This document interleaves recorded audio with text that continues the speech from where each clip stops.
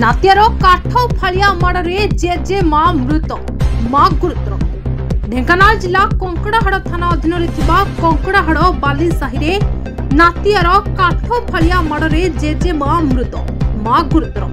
तेरे सूचना मुताबक लिक्कू सिंह दिन 12 घटिका समय मादक द्रव्य सेवन करी घर को आसी प्रथमे निज जेजेमा श्रीमती बेवा उपरी काठ फाड़िया माड़ मारिबा सहित बेक उपरे चढ़ी जाइतिबा सूचना रहितबा बेले सेठारे से मृत्युवरण करथिले।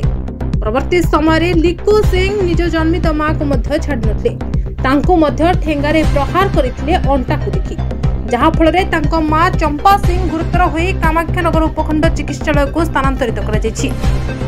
कामाख्यानगर प्रकाश कुमार पात्र रिपोर्ट द न्यूज टुडे।